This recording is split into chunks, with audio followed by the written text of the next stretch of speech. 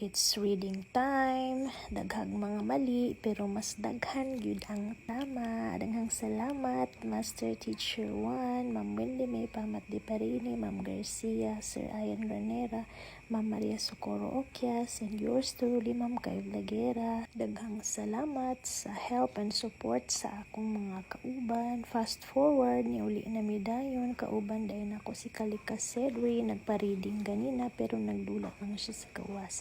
Unya niabot na dayon mi og balay, nagluto na dayon si Tisoy og monggos. Unya muna ni nabudol na pud sila, ako ilang pabayron sa bulad nga perting daghana o diba. Mangutana pa ko pila ang presyo ani. Sila ra man gud ni Ate Bibi ug Tisoy ug Jumari ang nagpalit ani, pero utang pa ni, wala pa ni bayad.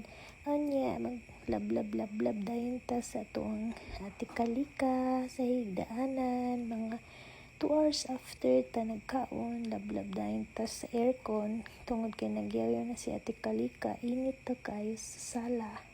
Nya muna na, naglablab si BBC Carlos, wala na ang iyang kainit ug ang iyang fever, iyang kalantura. Daghang salamat sa Ginoo, gihangak man ko karon oy, inom kog tubig while nag-voice over ani, char.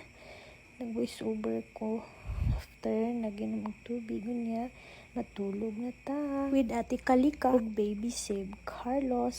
Salamat sa Dios, salamat sa pagtanaw, ako ra ni Bao.